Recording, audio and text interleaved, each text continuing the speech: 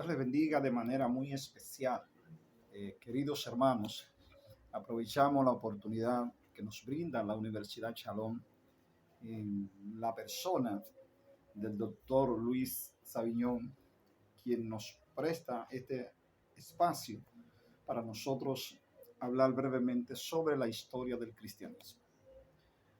Todos sabemos que la historia es una disciplina que estudia de manera bastante clara y precisa los hechos más importantes de los seres humanos a través del tiempo y que han tenido una repercusión en el presente y nos ayudan a proyectar mejor el futuro.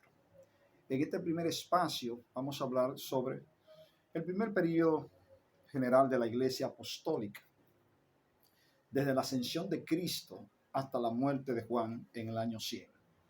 Son temas que muchos de nosotros lo conocemos y que por muchos años lo hemos enseñado en las iglesias, pero hoy más que nunca se necesita un cristiano que conozca sus raíces. Los pueblos que obvian su historia en su mayoría están en el atraso y en el subdesarrollo. Sin embargo, las naciones más importantes y determinantes a nivel mundial conocen, recrean, aplican, exigen a sus habitantes que conozcan la historia, a sus intelectuales. Entonces la iglesia cristiana no puede obviar esa realidad. No podemos obviar la razón fundamental por la cual Dios creó y pensó esa institución que ha sido una bendición para la humanidad, que es la iglesia. Por tanto, los ministerios, las instituciones que han obviado la historia de esas instituciones están perdidas, igualmente que los países. Los países más atrasados del mundo, cuando usted revisa si sus habitantes conocen la historia, pues ninguno la conoce. Por eso, permanentemente repiten los mismos errores. Entonces, este periodo de la iglesia que nosotros pretendemos compartir con ustedes brevemente, tiene que ver con la iglesia pentecostal. Es el primer periodo de la iglesia. Desde la ascensión de Cristo hasta la muerte de Juan en el año 100. La iglesia cristiana, en toda época, ya sea pasada, ya sea futura, ha consistido y consiste en todos los casos en predicar la resurrección, el reino milenial de Cristo, de Jesús de Nazaret, como todos lo conocemos, ¿cierto? Entonces, transmitir esa idea salvífica fue la razón fundamental por la cual Dios envió a su Hijo Jesucristo. Y obviamente nosotros debemos obedecer.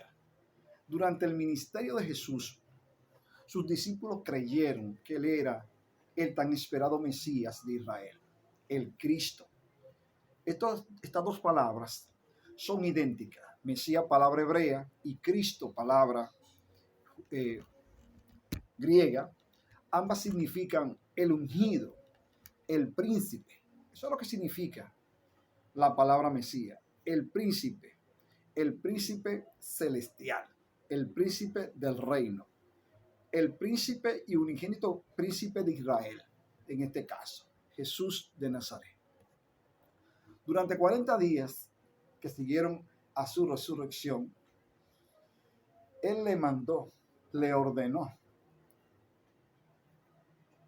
a sus discípulos que esperaran el bautismo del Espíritu Santo.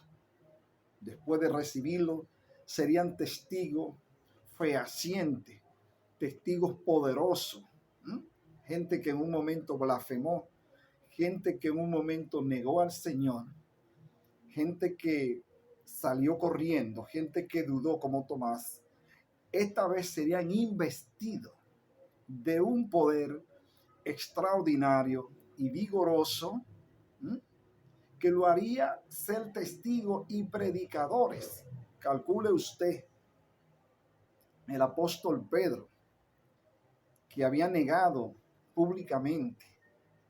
Ese es el hombre ahora que se para en el capítulo 5 de los Hechos y le dice a ellos: ustedes entregaron al Mesías. Ustedes mataron a Cristo. Esa es palabra del apóstol San Pedro. Fíjense la capacidad extraordinaria, como ese poder pudo actuar en ese corazón.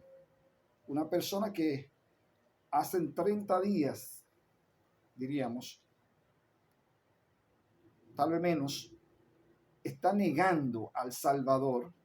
Ahora este mismo Pedro es el que se para delante de los sacerdotes y le dice, ustedes mataron al Mesías.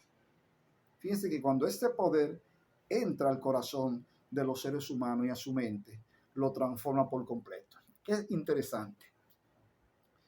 Pero en esa mañana de Pentecostés, la fiesta de Pentecostés, 50 días después de la Pascua, o la fiesta de las cosechas, fíjense que los cristianos siguen practicando sus fiestas tradicionales. En esa mañana de Pentecostés, mientras los seguidores de Jesús, 120, es posible que hubiesen menos o más, pero el texto sagrado dice 120. Todos son judíos, todos han visto al Señor. Muchos de ellos fueron partícipes de su resurrección. Dice que ellos estaban congregados, orando, esperando esa promesa. Y de repente el Espíritu Santo vino sobre ellos de manera extraordinaria y maravillosa. Esa tercera persona que había sido profetizada y que tal vez la veíamos en ese ungimiento de Saúl, recordemos, ese mismo espíritu que visitaba a los profetas y a muchos reyes, a muchos sacerdotes, ahora va a ser morada permanente en los corazones de estos 120. Vino sobre ellos el Espíritu Santo de una manera maravillosa, como le dije. Tan vívida fue la manifestación que vieron descender lenguas de fuego sobre su cabeza. Qué hermoso. Un fuego purificador, un fuego motivador, un fuego que puso a generar, que encendió todas esas ideas, todas esas enseñanzas que los judíos le habían recibido desde niños. Todo ese pensamiento, todos esos salmos, esas profecías de Isaías comenzaron a tomar forma, y una forma que le iba dando el Espíritu Santo, que iba a ser su nuevo maestro. Extraordinario. Dice que esas lenguas se asentaron en su cabeza. En efecto, este hecho, querido hermano, fue triple. Iluminó sus mentes, le dio un nuevo concepto del reino de Dios. No era un imperio político, sino un reino espiritual, donde el Señor ascendido, aunque visible, gobernaba activamente a todos los que le seguían, a todos los que le servían, y le aumentaba su fe. Y esa fe que fue motivada por el Espíritu Santo, dio poder para impartir ese fervor. Estamos hablando de esa pequeña iglesia, una pequeña iglesia de 120. Recuerden que Cristo tenía 12 discípulos, 12 apóstoles que él formó. Tenía 70 que tal vez estaban en la clandestinidad, pero tenía también 500. Era una iglesia de 600 miembros, pero disperso. Específicamente Jesús estaba formando esos 12 apóstoles y son los que ahora mismo están y van a llevar la vanguardia de esa predicación. Pero ese fervor entró a esos 120. Y estas 120 personas comenzaron a testimoniar lo que Dios había hecho por ellas. a testimoniar lo que Cristo había hecho en su vida. Y ahora todos esos milagros que Jesús había hecho durante esos 3 años y medio de ministerio comenzaron a tomar fuerza. Por eso, hermanos, a veces Dios hace cosas en nuestras vidas y nosotros no le damos mucho significado, porque la vemos normal, la vemos natural, pero cuando viene el Espíritu Santo a tu vida, entonces tú comienzas a darte cuenta de que tú has sido y que tú eres un instrumento de Dios y que tienes un propósito, que no de balde está en este mundo. Entonces, comenzaron estos 120 a hablar en lengua y comenzaron a manifestar la grandeza de Dios. Recuerden que es el día de Pentecostés. Jerusalén está llena de personas, de judíos que vivían en la diáspora, de judíos que vivían en otras zonas, de todo el imperio romano y también de Babilonia, que Pedro le escribe. Es posible que hasta de la India. Habían personas del África. Es decir, las fiestas judías reunían a todos esos judíos y ya gentiles que habían asumido el judaísmo y que también habían conocido a Cristo, aunque la fe no estaba dispersa todavía, pero muchos de esos mercaderes, muchos de esos hermanos que iban a esas fiestas, ¿no?, ya conocían. Un caso emblemático es el caso de Nicodemo, que tiene padres gentiles y madres judías. Fíjense que ya existía matrimonios mixtos entre judíos y gentiles, ¿no? Entonces, la obra de Dios se iba perfeccionando en ese sincretismo cultural. Desde aquel día, el Espíritu Divino ha morado en la iglesia con una presencia permanente. Debe decirle, hermano, que el milagro del Pentecostés va más allá de la glosolalia, va más allá de hablar lenguas angélicas.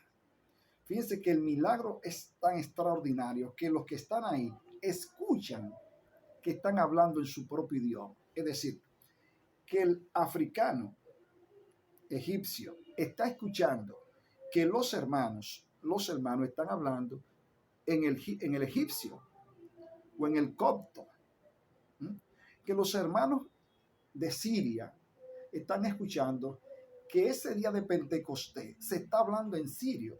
Fíjense, es una manera de manifestar que este evangelio debe ser predicado a toda criatura y en todos sus idiomas. Desde aquel día, este Espíritu Divino ha morado en la iglesia como una presencia permanente, no en su organización ni maquinaria, sino como una posesión cada vez más verdadera del creyente conforme a la fe y a la consagración de cada uno. Todavía tenemos manifestación del Espíritu Santo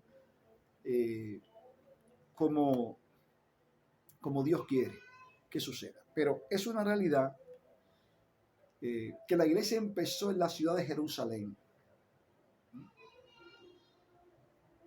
ciudad que había dicho el profeta Zacarías que sería piedra pesada para todas las naciones.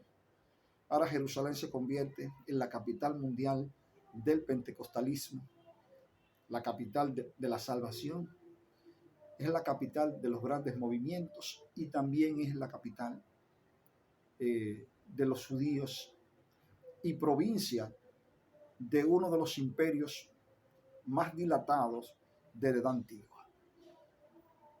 Es evidente que se limitó a aquella ciudad y a sus alrededores durante los primeros años de su historia. Eso lo sabemos.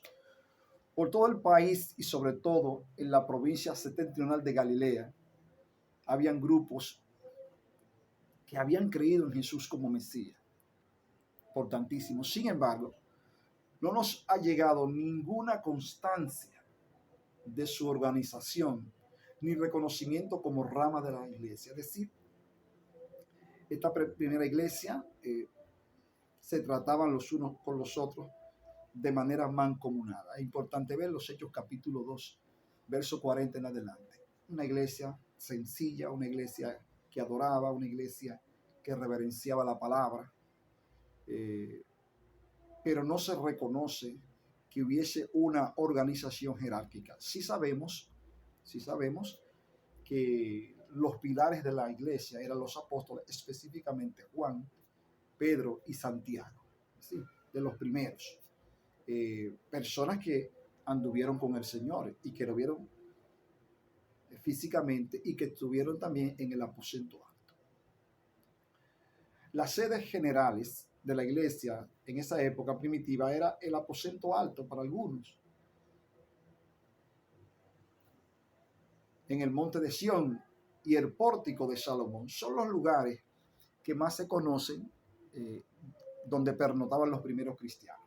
Todos los miembros de esa iglesia del primer siglo, recuerden que estamos hablando del año 35 hasta el año 100, eran judíos, hasta donde podemos percibir, porque Cristo le hizo milagro a la mujer sirofeniza.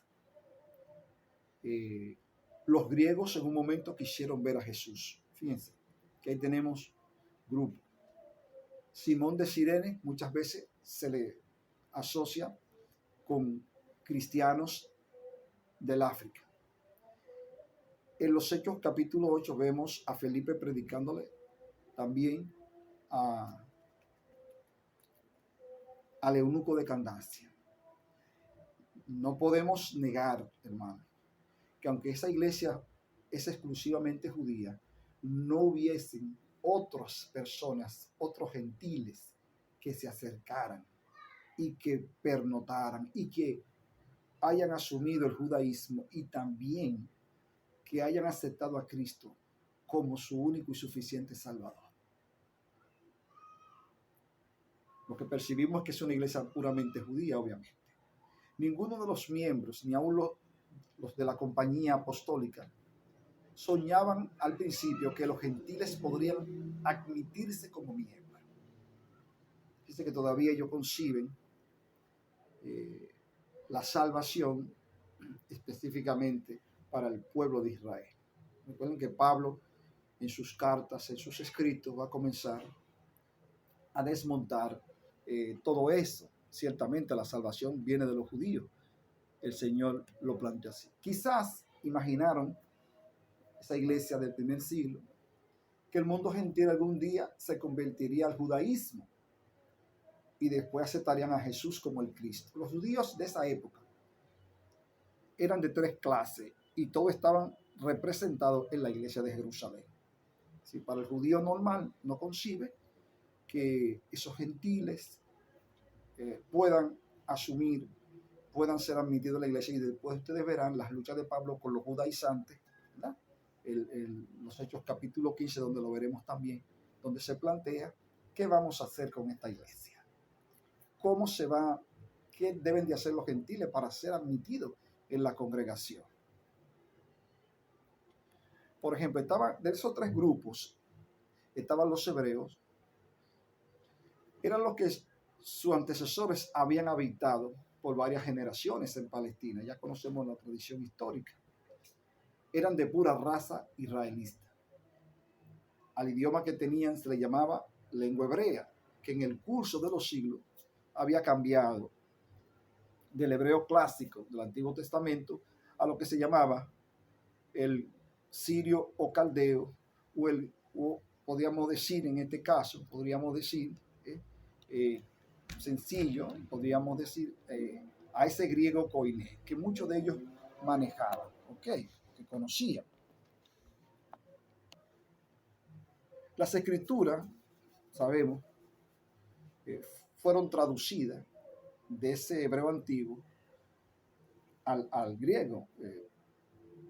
Ptolomeo Filadelfo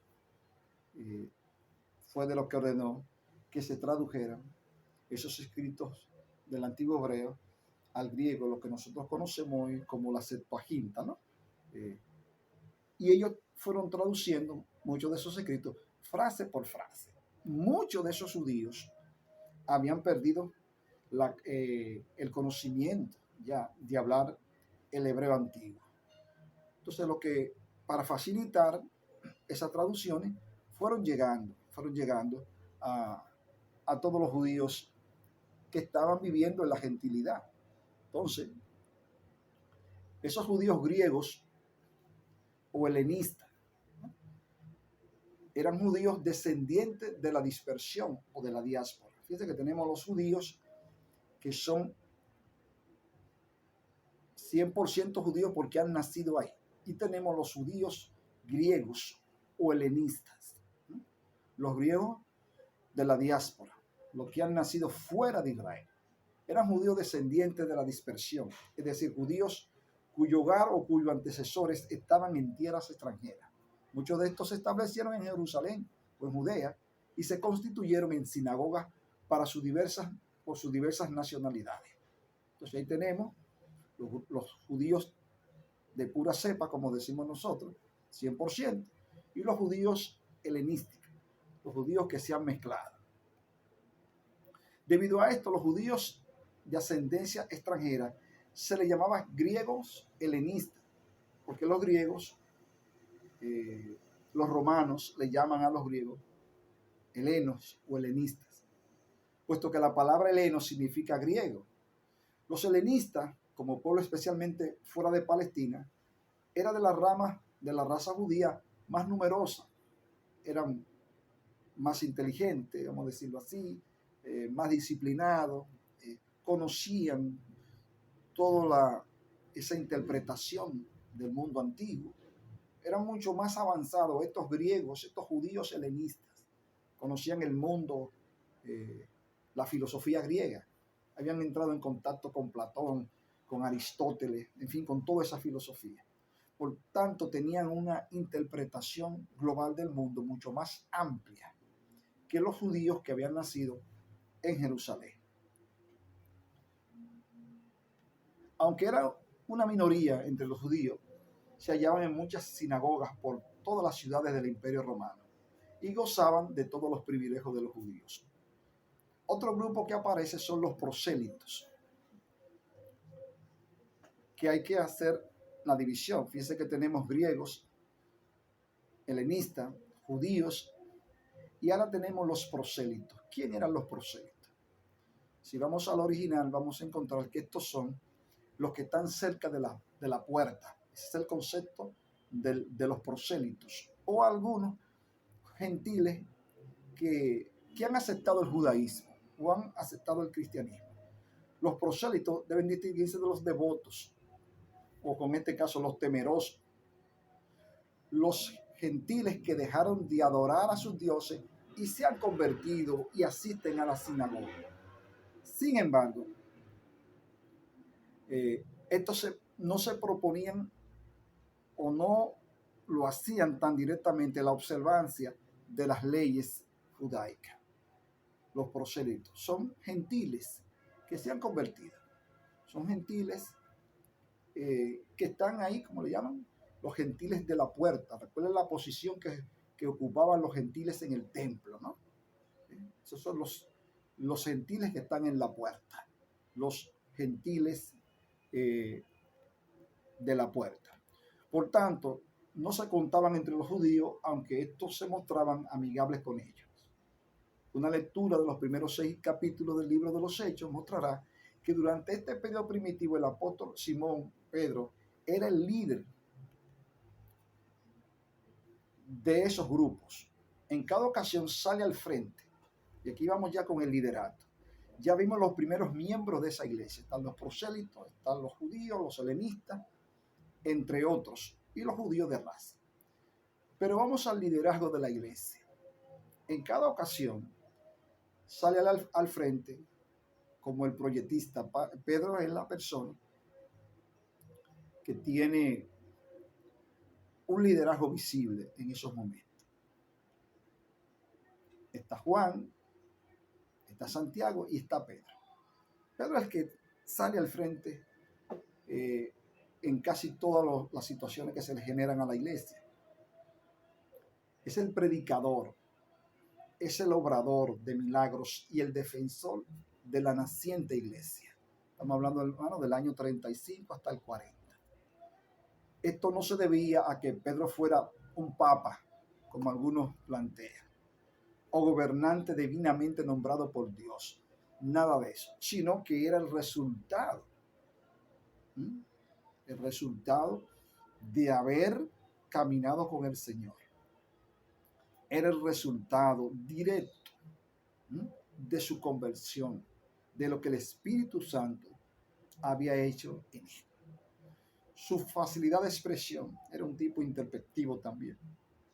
Calcule usted un tipo colérico, investido con el Espíritu Santo, cuántas cosas no hacía. Pero una cosa importante de Pedro es que está profundamente convencido de la misión que Dios le ha encomendado. El práctico Pedro, vemos al contemplativo espiritual Juan. Sí, en la iglesia hay de todo. Están todos los caracteres. Tenemos gente impulsiva, gente introspectiva, pero tenemos aquí a Juan, que rara vez habla. El silencio, tan importante, hermano, como disciplina cristiana y que mucha gente no practica. Es importante que veamos esto en el tema de la formación espiritual. El hacer silencio. Semanas, días. Juan no habla, no se expresa. Él deja que sea el silencio el que se exprese. Pero los creyentes le tenían gran estima a una iglesia relativamente pequeña en número, donde todos eran de una ciudad, de una raza, obediente por naturaleza a la voluntad del Señor, ascendido y lleno del Espíritu Santo. A esa pequeña iglesia no le hacía nada falta. Y eso es un mensaje para los pastores de este tiempo, queridos hermanos. Muchas veces las iglesias pequeñas están encendidas en Dios, llenas del Espíritu Santo. Y nosotros a veces pensamos que debe estar llena de personas. Obviamente debe estar llena de personas. Pero de lo que primero debe estar lleno una iglesia es del Espíritu Santo de Dios. Porque es ella la que trae a los demás. Entonces, en esta pequeña iglesia de aproximadamente 120 personas visibles y líderes, no muchos de ellos instruidos, pero sí una congregación que tiene grupos helenistas, que conocen la filosofía griega, que conocen ese individualismo, que conocen ese antropocentrismo, ¿sí?, de los judíos, y que conocen, hermano, ese racionalismo, ¿sí?, que son los pilares fundamentales del pensamiento greco-romano, pero específicamente helenístico. En esta pequeña iglesia del primer siglo no hace falta nada. Los 12 apóstoles administraban este pequeño gobierno. Ellos actuaban como un cuerpo, siendo Pedro uno de sus principales portavoces. Me gustaría que ustedes vayan al libro de los Hechos, capítulo 5, verso 13, para que puedan ver. Este verso, específicamente el verso 13, da a entender el respeto que tantos creyentes como el pueblo tenía a los apóstoles. Eran las personas que habían andado con Cristo. Eran las personas que sabían el peso de su responsabilidad. Los apóstoles, los enviados, las personas que Cristo instruyó, hermano, por 3 años y medio. Pero hasta ahí los hermanos se manejan con disciplina, se manejan con humildad, se manejan a la más alta de los niveles espirituales, más alto nivel de espiritualidad. En esos apóstoles no hay ambición al dinero. En esos apóstoles no hay deseo de jerarquía. ¿Quién va a estar por encima del otro? Fíjense que el Espíritu Santo fue eliminando todas esas cosas que muchas veces afloran en el cristianismo de hoy. Gente que estaban llenos del poder de Dios, eran más humildes, más sumisos, más amable, más tranquilo, que lo que se dice hoy está lleno del poder de Dios. Es una contradicción inmensa. Por eso le pido, por favor, que vayan al verso 13 de los Hechos capítulo 5. Pero le avanzo algo. Este verso da a entender el respeto que tanto creyentes como el pueblo tenían los apóstoles, cosa que tal vez se ha perdido hoy. Tal vez mucha gente no respeta a los líderes religiosos, pastores, evangelistas, maestros. La gente no se ha ganado ese respeto. Pero esta comunidad respetaba a estos hombres. Y no era que estos hombres se daban a respetar, era que lo que estaba dentro de ellos hacía que la población le rindiera respeto. Al principio la teología o la creencia de la iglesia era simple. Nunca se complicó, hermano. Nunca se le complicó la teología de lo que tenían que creer y practicar en esa iglesia del primer siglo. La doctrina ya posteriormente la va a desarrollar Pablo cuando comenzó a escribir sus cartas entre los años 45 y 51.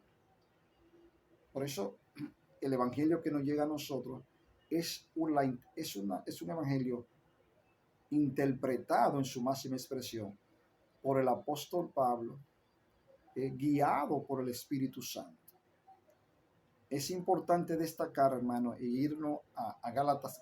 El libro de Gálatas explica bastante bien, porque algunos piensan que Pablo comenzó a escribir después de su conversión en el año 49, más o menos, que Pablo comenzó a escribir. No, hermano.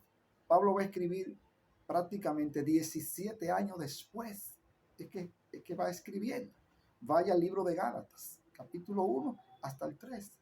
Los viajes de Pablo, las veces que subió a Jerusalén. Hermano, Pablo se tomó un tiempo de reflexión y hasta discipulado. Si Pablo se toma aproximadamente entre 15 o 14 años reflexionando, viajando a la Arabia, a Siria. Leamos el capítulo 1 y 2 de Gálatas, para que ustedes vean cronológicamente que prácticamente Pablo se toma 17 años para escribir esas cartas. Y cuando la escribía nunca pensó que se iban a convertir en palabra de Dios para toda la humanidad. Porque las cosas de Dios son así, son sencillas, comienzan sencillas. Entonces, es Pablo quien le va dando cuerpo doctrinar a esa iglesia ya en el año 51. Todos sabemos la primera carta que escribe, la carta a los tesalonicenses, que le escribe en el año 51. A partir de ahí, después su viaje misionero. ¿Qué podemos ver? La sencillez de la doctrina en los discursos de Pedro. ¿Qué predica San Pedro? ¿Qué predica Pablo? ¿Qué predica Juan? Son prácticamente conceptos muy esenciales, muy sencillos. Donde sí se enfocaba esa iglesia primitiva era en el carácter misionero de Jesús, que es donde muchas iglesias, tal vez hoy, no estamos perdiendo. Estamos más envueltos en actividades de otra índole y hemos olvidado predicar el mensaje esencial de esa iglesia del primer siglo, que era el mesianismo de Jesús de Nazaret. Que Jesús de Nazaret era el Mesías, el Cristo, que por largo tiempo esperaba Israel, que reinaba ahora en el reino invisible de los cielos, a quien cada miembro de la iglesia debía demostrar amor, respeto, reverencia y obediencia. Eso era lo que creía la iglesia primitiva. Un evangelio sencillo, un evangelio práctico, sin complicación. Estoy en el tema prácticamente de qué creía esa iglesia del primer siglo. Estoy entre el primer siglo del 35 al 100. Otra doctrina esencial de esa iglesia primitiva era la resurrección de Jesús. Y le reitero, los cristianos del mundo moderno nos hemos olvidado de esos principios que la iglesia primitiva predicó. Hay algunos tal vez que le da vergüenza, porque el tema nos saca a nosotros de nuestra área de confort, nuestra área de pensamiento. Es el caso de los Hechos capítulo 17. Los griegos en el Areópago, ¿no? Era el centro de reunión de la filosofía, del discurso intelectual, y Pablo llega, según los Hechos capítulo 17, a Atenas, y se le invita a dar también una explicación. En una de las del templo están todos los dioses. Recuerden que el sincretismo religioso griego y romano es espectacular, ¿no? Para ellos el problema de los dioses no es un problema. Todos podemos creer en todo. Eso se va traduciendo también ahora, hermano. Se va cumpliendo muchas de esas cosas de la antigüedad. Entonces Pablo llega al Areópago, se le da una oportunidad para que exprese. Pablo va a predicar al Dios no conocido. La tradición histórica explica que esta insignia al Dios no conocido fue uno de los filósofos que lo puso porque hubo una gran mortandad, hubo una peste que se desarrolló en Atenas y miles murieron.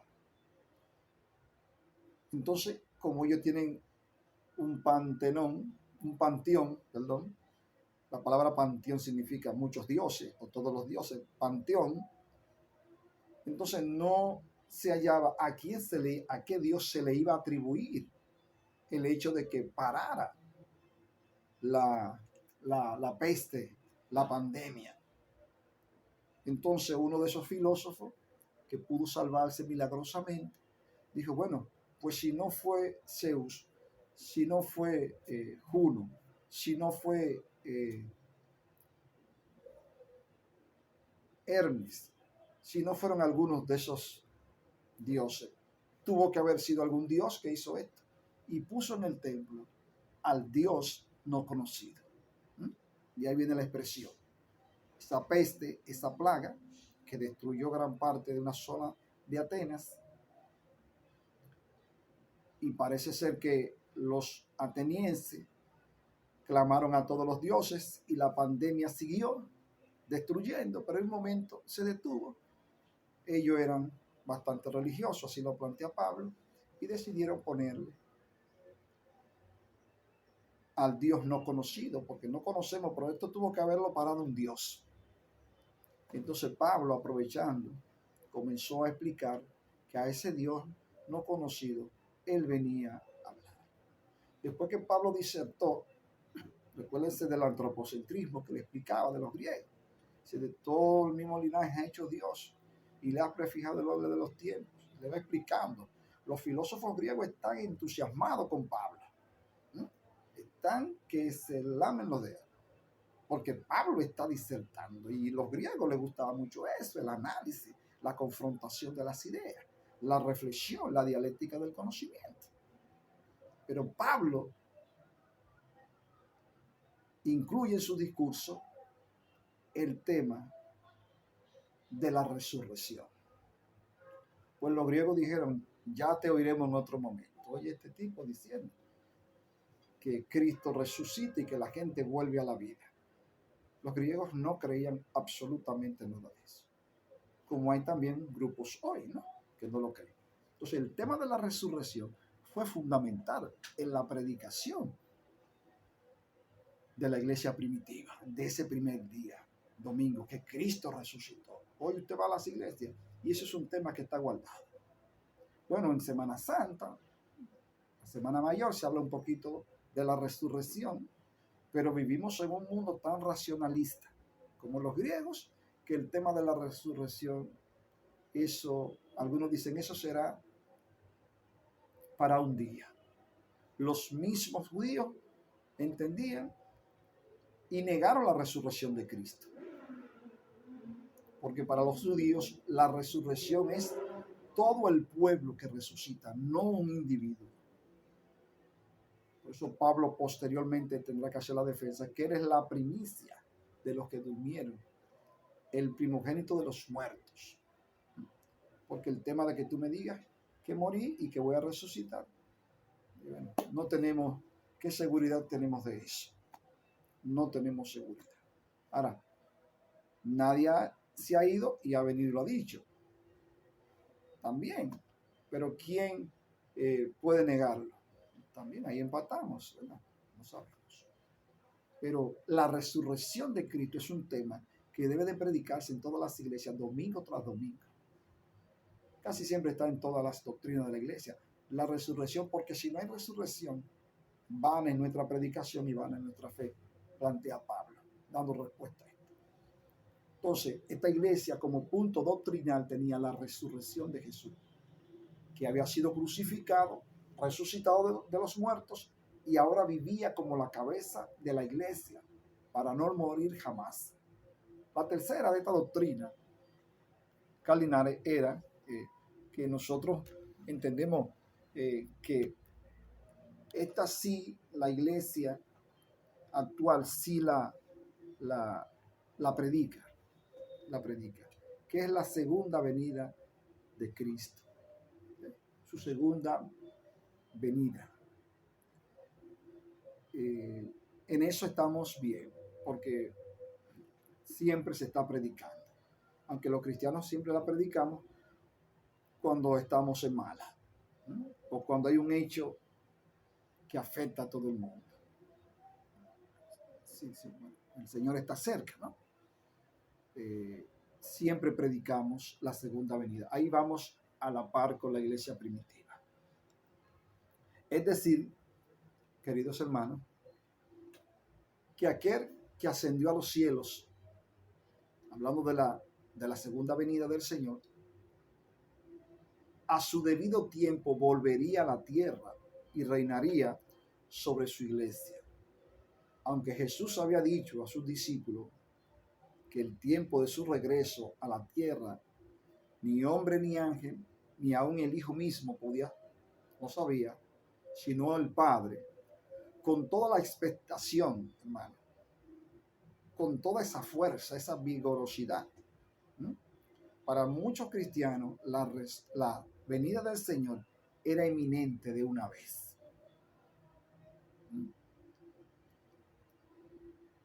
Para los hermanos de Tesalónicas y hasta para el mismo apóstol Pablo, en un momento dado, Pablo pensaba que una vez él terminado de predicar a todo el mundo gentil, la venida del Señor era inminente.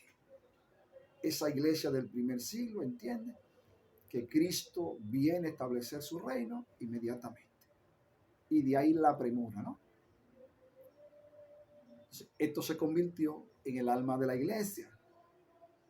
Y de ahí el deseo y el afán de llevar el evangelio a toda criatura, porque el mismo Salvador había dicho, y este evangelio será predicado por todo el mundo, a toda criatura, entonces vendrá el fin. Estamos hablando, hermanos, en el año 35, en el año 40. Han pasado bastante tiempo. Es obviamente que el Señor permitió que ellos le predicaran a esa generación, porque había muchas almas todavía en la India, en la China, y América estaba llena de aborígenes.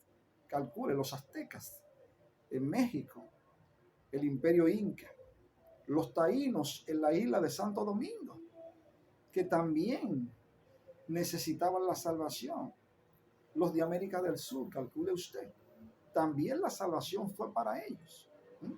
Pero esa alma está reservada para nosotros en este tiempo. Y por eso nosotros tenemos que expandir la predicación del evangelio.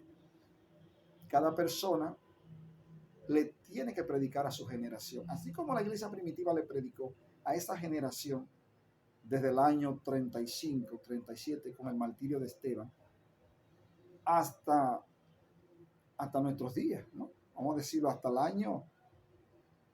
el siglo IV, ¿no? Todo la edad antigua, o parte de la edad antigua, Imperio Romano. Fíjese que viene una nueva generación que predica en la Edad Media, entiéndase, después de la caída del Imperio Romano, de Occidente, hasta el descubrimiento de América. Pero entiende que ahí comienza otra vez Dios a levantar hombres, que lo veremos aquí en la historia del cristianismo. para que prediquen en su generación. A nosotros nos llegó el Evangelio o la palabra de una manera u otra en 1492. De 1492 hasta el 2023. Nosotros tenemos medio 500 tantos años de predicación. Distorsionada lo que sea, la palabra llegó. Entonces, volvamos a ver la iglesia primitiva predicando, observando este primer periodo de la iglesia, ¿no?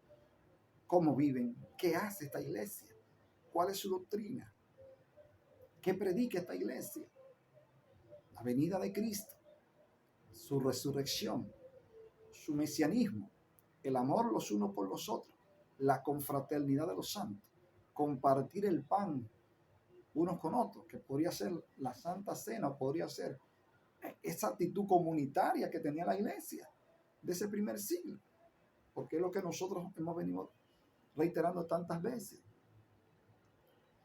¿Cuál es la institución que dio la primera tarjeta de solidaridad? ¿Cuál es la primera institución que dio tal vez una tarjeta Supérate? En otros países puede tener otro nombre, en Estados Unidos. Es la iglesia. Es la iglesia que protege a las viudas. Es la iglesia que le da comida al hambriento. Es la iglesia que va en pos del perdido y también del enfermo. Todo lo que Cristo enseñó y dijo, esta iglesia lo está poniendo por obra y práctica.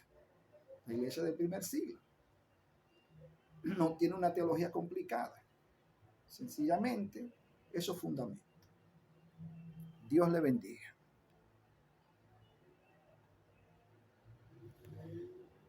Debido a que contamos con varios discursos pronunciados por Pedro y ninguno durante este periodo por otros discípulos, podríamos suponer que Pedro era el único predicador. Se podía decir. Sin embargo, una lectura cuidadosa de la historia muestra que habían otros. El caso de Esteban. Había maestros en esa iglesia. Esa iglesia tiene un orden educativo, hermano. Esa iglesia está formada. Esa iglesia tiene un currículo.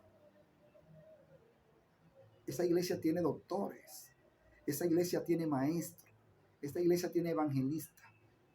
Esa iglesia tiene pastores para la formación de esos hermanos que van llegando y que están ahí.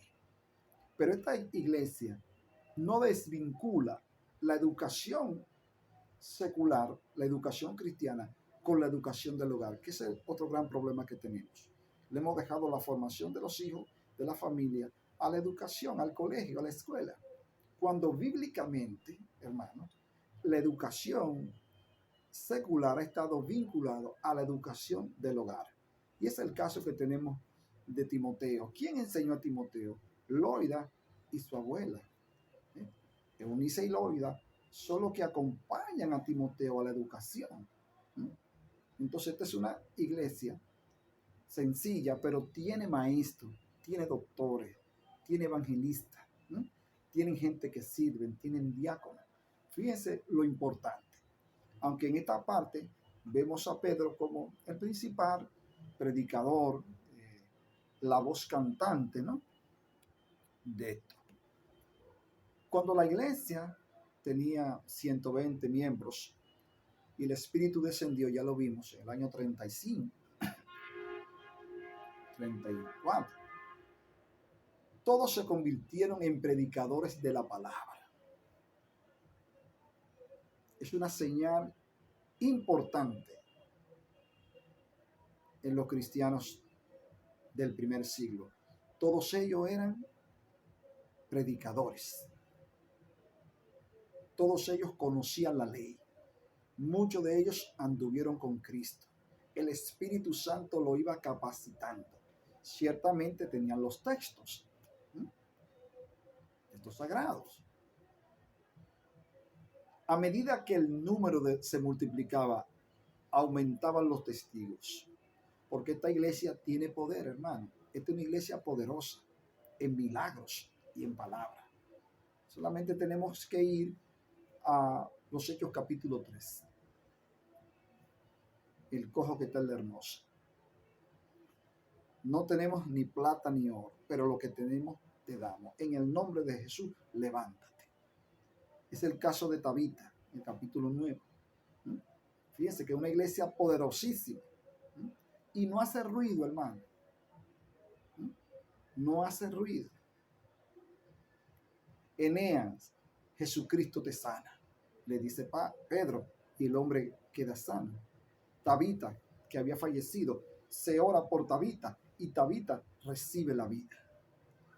Hoy muchas veces se nos puede morir un hermano y ya estamos pensando que tal vez dejó y qué rápido lo vamos a enterrar. Esta iglesia no pensaba así. Fíjense que aunque esta iglesia tenía la visión en el Mesías, esta iglesia resolvía los problemas inmediatos de esa comunidad, de salud, de beneficencia social, de palabra de Dios y del cuidado de ellos. Fíjense que muchas veces pensamos que la iglesia tenía los pies, no tenía los pies sobre la tierra. Esta es una iglesia que sí sabe el dolor humano y se identifica con ella, pero lo prepara también para los siglos venideros. Cada miembro de esta iglesia hablaba como un mensajero de Cristo, sin haber distinción entre clérigos y laicos. A finales de este periodo, año 100, en el año 35, encontramos a Esteban elevándose a tal eminencia como predicador, como le dije al principio. Aún los apóstoles son menos prominentes. Este muchacho influyó, hermanos, directamente en la iglesia. Recuerden que fueron de los 7 diáconos que escogieron. Esteban es un gran predicador. Pero después nosotros encontraremos a Apolo y encontraremos a otro, porque la iglesia inmediatamente entraba un hermano. Esa gente eran llenos del poder de Dios. Era una iglesia poderosa. Poderosa en palabras, poderosa en milagros y poderosa también en hechos sociales. Al principio, este grandioso esfuerzo de este puñado de gente sencilla necesitaba ayuda sobrenatural, pues se proponían sin armas ni prestigio social transformar a una nación. Calcule usted, esta iglesia tenía que transformar esa nación. Estamos hablando del Imperio Romano, que comenzaba a dar ya señales de que era, así como lo dice la palabra, o Daniel lo veía, un gran imperio de hierro. Calcule usted, enfrentarse a esa filosofía greca romana, a uno de los imperios más devastadores como Daniel lo vio en la estatua. ¿Cómo estas 120 gente podían enfrentar toda esa corrupción, todo ese sistema, diríamos, humano? Esa visión tan diferente,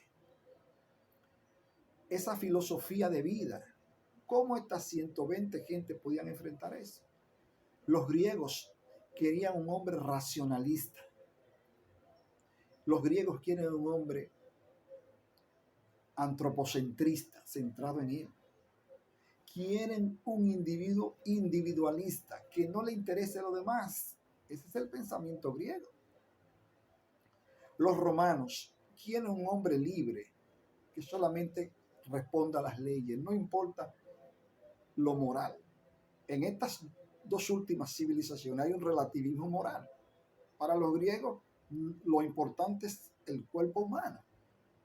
No importa lo que usted pueda hacer. Para los romanos, apegado a la ley, queremos un hombre ético y moral, apegado a las leyes. Pero este cristianismo quiere un hombre santo. Quiere un hombre que ame a su prójimo como a sí mismo. Este cristianismo, esta forma de vida, tiene que identificarse con las viudas. Este cristianismo defiende a los pobres. Este cristianismo defiende a las viudas. Este cristianismo defiende a la familia. No estamos diciendo que el cristianismo no quería un hombre que utilizara la razón, ni que no respondiera a las leyes, sino que lo hiciera en un estado de santidad y de pureza. De ahí el choque de esta nueva forma de vida que Cristo enseñó, que va a enfrentar a todas esas formas de vida, a esa cosmovisión de esas sociedades. Fíjense que golpea directamente a la sociedad judía. Cristo la enfrentó todos esos principios judíos muchas veces que iban en contra de la misma naturaleza humana. Este cristianismo va a enfrentar a todo el mundo y es lo que necesitamos hoy. Un cristianismo que sea humano, un cristianismo que sea bondadoso, un cristianismo que sea frontal, pero un cristianismo que sea puro. Un cristianismo que esté apegado a la verdad, a la sinceridad. Entonces, los griegos quieren un hombre racional y antropocentrista e individualista. Los romanos no quieren principios morales, pero quieren un hombre apegado a las leyes. El cristianismo quiere un hombre santo, quiere un hombre puro, quiere un hombre limpio. Entonces, vaya usted a ver este choque de ideología, este choque de visión, de filosofía de vida, a la cual tendrán que enfrentarse estos 120. El Imperio Romano es importante destacar que ya eran prácticamente más de 50 o 60 millones de personas. Así que Pablo le predicó a muchas personas a través de sus cartas. Entonces el cristianismo, que es el momento más importante, que es lo que dice Gálatas capítulo 4, verso 4, que Dios, llegando el tiempo de los tiempos, mandó a Jesucristo. Si ya no había forma, ya estábamos en la estatua, en los pies de la estatua de hierro, y una piedra, como dice Daniel, lo iba a derribar. Y era el Evangelio, era Jesucristo, con una nueva filosofía para este mundo, para que cambiáramos. El deseo de Dios no es destruir a nadie. El deseo de Cristo y de la iglesia es construir un nuevo hombre, no como lo quiso construir Nietzsche, no como lo quiso construir los filósofos griegos o los filósofos medievales. Es un hombre limpio y puro y santo, que es lo que realmente puede preservar una sociedad. Entonces, al principio, este grandioso esfuerzo de este puñado de gente sencilla necesitaba ayuda sobrenatural, pues se suponía que sin armas ni prestigio social, transformar una nación a pesar de que tenían que afrontar poderes tan peligrosos, la iglesia decidió buscar ese poder. Y esta ayuda apareció en forma grande y maravillosa a través de los milagros, a través de la predicación, a través de esa campana que llama a la gente a la adoración, a través de las sanidades. Mientras en el Imperio Romano, el esclavo, el niño, la mujer y los enfermos podían ser eliminados, el cristianismo dice que no. Mientras en la sociedad romana, que es la que predomina, las niñas pueden casarse a los 14 años, el cristianismo dice que no.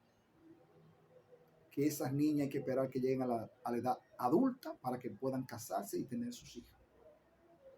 Es el cristianismo que protege todo eso. Ese cristianismo del primer siglo, que protege las viudas.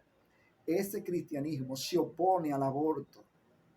Mientras los griegos asesinaban a los niños con algún tipo de deformación, específicamente en la ciudad de Esparta, y los mismos romanos eliminaban a los niños, el cristianismo decía que no, que había que preservar la niñez. ¿Y cuál es el modelo? Cristo toma a los niños en su brazo.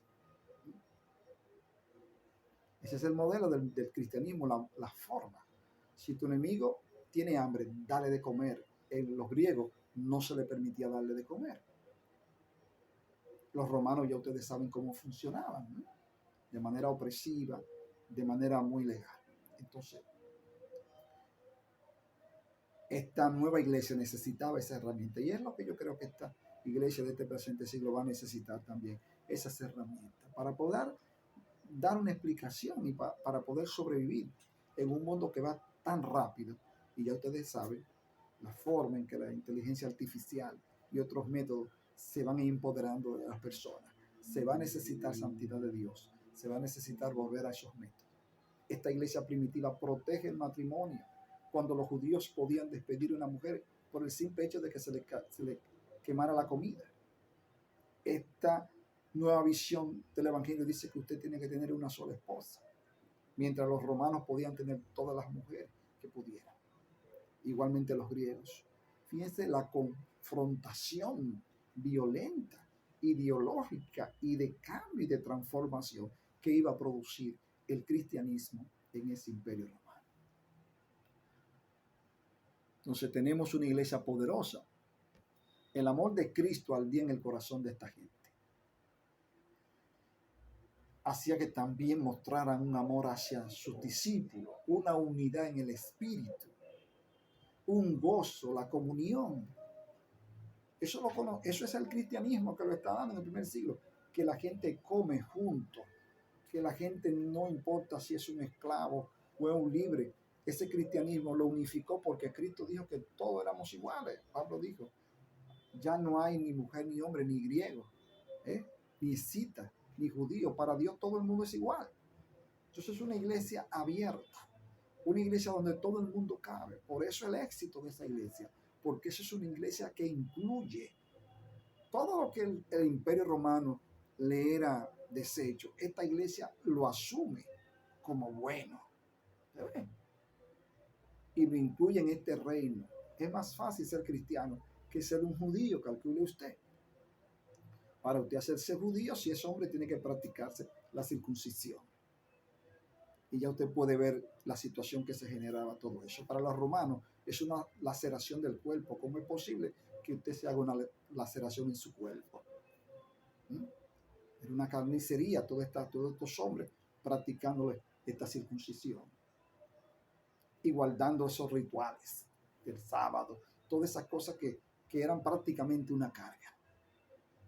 En el cristianismo, usted solamente tiene que creer en Cristo y bautizarse. Fíjese.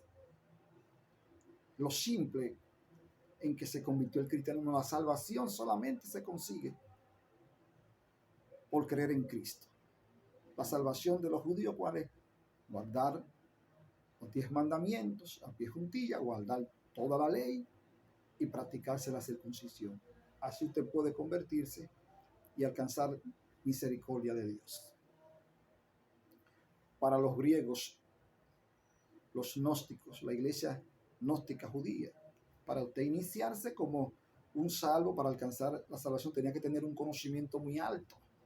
Todo ese gnosticismo es filosofía. Por tanto, no hay manera de cómo uno buscar una persona que te pueda iniciar. Tú no tienes dinero para... Es todo un ritual carísimo. Y es más filosofía que religión. Por tanto, la gente desconocía. Pero el evangelio era abierto. El evangelio, con usted creer en Cristo y ser bautizado, usted pertenecía ya al grupo de los salvos. Entonces es una iglesia que incluye a las personas, donde convergen todas las personas con sus debilidades, y fue así desde el principio. Entonces es una iglesia que está llamada a crecer. Y ese amor los unos con los otros. Gente que habían sido asesinos, mujeres prostitutas, ladrones, ahora se encuentran en una comunidad donde todo el mundo lo aprecia, donde todo el mundo lo quiere, donde todo el mundo lo quiere estar cerca porque lo ve como un hermano. El amo ve al esclavo como un hermano. El esclavo ve al amo como su hermano, fíjense, hermano. Mientras que en la sociedad romana un esclavo era considerado como nada y podía ser eliminado por su amo, aquí es apreciado. Una mujer que en la sociedad romana no tenía ningún tipo de derecho o poco derecho, aquí es una diaconisa. Aquí se le ve que es una ministra. Aquí el Espíritu Santo la usa. Por eso la función tan importante de las mujeres. En el Nuevo Testamento, hermano, las mujeres tenían una función determinante. Hoy se cuestiona si pueden ser pastoras las mujeres. El asunto no es el sexo, el asunto es la santidad y la pureza. Y esas mujeres aportaron significativamente, hermano. Aportaron significativamente para que el evangelio pueda seguir avanzando. Y tenemos el caso de Lidia. Entonces es una nueva sociedad de amor, de comprensión, de perdón, de que nadie tiene nada en común, que si yo tengo algo, tú puedes compartirlo conmigo. Cosas que no se veían ni en esas religiones, ni tampoco se veían en esas sociedades. Había un interés abnegado de los miembros más necesitados de la iglesia, las viudas, los huérfanos, los extranjeros. Esa iglesia trabaja con eso y le da su bendición. ¿Quién no quiere estar en una iglesia así? Pero es una iglesia donde se predica la pureza y el amor. Leemos acerca de una entrega de propiedad de parte de uno de los discípulos más ricos, tan general como para sugerir el extremo del socialismo en una comunidad de bienes. La gente entregaba sus bienes a la iglesia, la ponía a los pies de los apóstoles, pero no son apóstoles avariciosos, como dicen algunos. No son apóstoles que quieren andar en un jet privado. Son apóstoles que entienden que esa riqueza es para compartirla entre todos. Recuerden que esas sociedades son difíciles como las que tenemos hoy. Sin embargo, el lucro, el deseo del oropel, no le llenó la cabeza a esos discípulos, como si se lo podía llenar a cualquier persona en el día de hoy.